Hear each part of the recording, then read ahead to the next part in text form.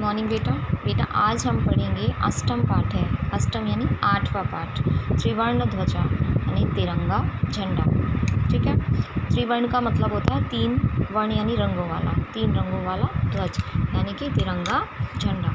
बेटा इस चैप्टर में बताया गया है कि हमारा जो तिरंगा झंडा है उसमें कौन कौन से रंग होते हैं और वो रंग किस की सूचना देते हैं, यानी कि किसके सूचक होते हैं, वो हमें क्या बताता है। ठीक है, चक्र जो है उसमें गोल वो कहाँ से लिया गया है, उसमें कितनी तीलियाँ होती हैं, ऐसी ही सारी बातें इसमें बताई गई हैं वो डायलॉग के माध्यम से।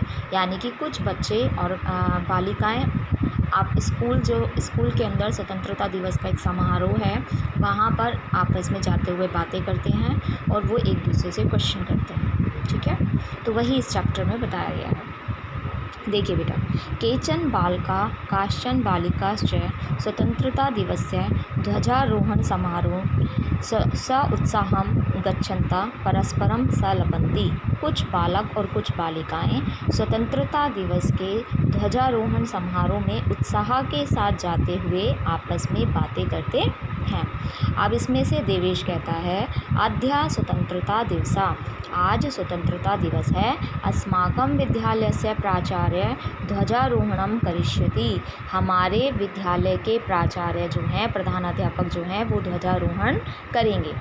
ठीक है, आगे कह रहे हैं इसमें छात्राश्च सांस्कृतिक कार्यक्रमान् प्रस्तोष्यन्ति, और जो छात्राएं हैं वो सांस्कृतिक कार्यक्रमों को प्रस्तुत करेंगी। अन्ते च मोदकानि मिलिष्यन्ति, और अंत में यानी कि जब कार्यक्रम समाप्त हो जाएगा तब हमें क्या मिलेंगे, मोदक मिलेंगे यानी लड्डू मिलेंगे। तो डेविड कह रहा है सुचे यानी हे सुची, सुची किसी का नाम है। ठीक है, जानासी तुम जानती हो, अस्माकं ध्वजा कीदृशा, अस्माकं ध्वजा कीदृशा यानी हमारा ध्वज कैसा है।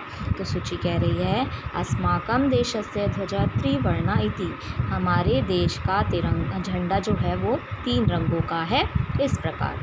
ठीक है, सलीम कह रहा है रुचे अयम त्रिवर्णा कथम, यह तिरंगा कैसे है।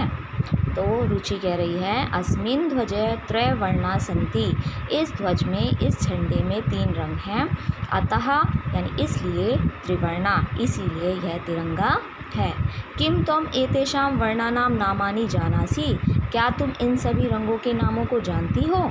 तो सलीम कह रहा है, अरे, सलीम बीच में बोला और सलीम कह रहा है अरे, केसर वर्णा श्वेत हरित च एते त्रयवर्णा, यानी केसरिया सफ़ेद और हरा, ये सभी तीनों रंग हैं हमारे ध्वज में। ठीक है, तो देवेश कह रहा है, अस्माकं ध्वजा एते त्रयवर्णा किम सूचयन्ति, हमारे ध्वज के अंदर हमारा जो झंडा है उसमें ये तीनों जो रंग हैं वो क्या बताते हैं, किसकी सूचना देते हैं।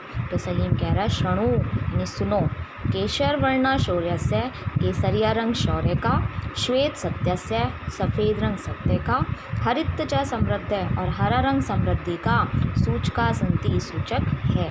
सूची कह रही है, किम एतेषां वर्णानाम अन्यत् अपि महत्वम, क्या इन सभी वर्णों का और कोई महत्व भी है। ठीक है बेटा, आगे डेविड क्या कह रहा है, डेविड कह रहा है, आगे डेविड कह रहा है, आम कथम ना, आम यानी हाँ, कथम ना कैसे नहीं, ध्वजसा ऊपरी स्थिता केसर वर्णा, ध्वज के ऊपर स्थित केसरिया वर्ण, त्यागस्य उत्साहस्य च सूचका, त्याग और उत्साह का सूचक है, मध्य स्थिता श्वेत वर्णा, और बीच में स्थित सफ़ेद रंग, सात्विकताया शुचिताया च धोतका, सात्विकता और पवित्रता का क्या है, धोतक है। ठीक है, और अधः स्थिता हरित वर्णा, और नीचे स्थित हरा रंग, वसुंधराया यानी कि वसुंधरा, सुषमाया सुषमा, और उर्वरताया, उर्वरताया का मतलब ऊर्जा, इन सब का क्या है, द्योतक है, द्योतक का मतलब सूचक है। तो आगे तेजिंदर कह रहा है सुचे यानी हे सूची, ध्वजस्य मध्य एकम नीलवर्ण चक्र वर्तते, ध्वज के मध्य एक नीले रंग का चक्र है।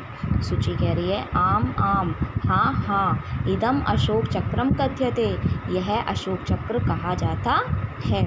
एतत् प्रगत न्यायस्य च प्रवर्तकम, यह प्रगति और न्याय का प्रवर्तक है।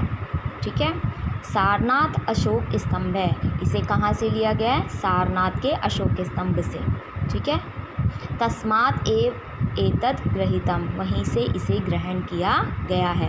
यानी कि सारनाथ में एक अशोक स्तंभ है और वहीं से इसको क्या किया गया, ग्रहण किया गया, अर्थात ये वहीं से लिया गया है।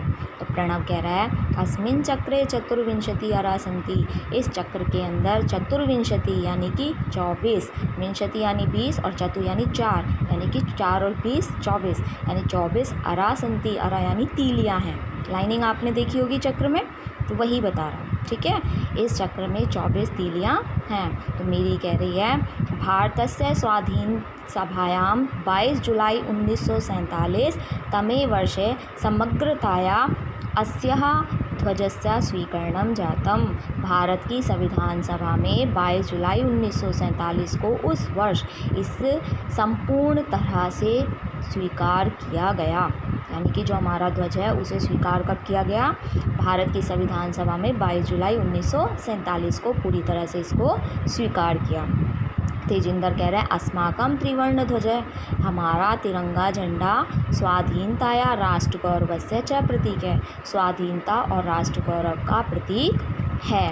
आगे कह रहे हैं अतः एव स्वतंत्रता दिवस गणतंत्र दिवसे च अस्य ध्वजस्य उत्तोलनम समारोहपूर्वकम भवति, इसीलिए स्वतंत्रता दिवस और गणतंत्र दिवस पर इस ध्वज को फहराना जो होता है वो समारोहपूर्वक होता है।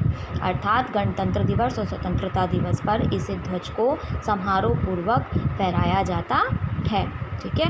यानी कि बड़ा समारोह होता है और तब इस ध्वज को, तिरंगे झंडे को फहराया जाता है।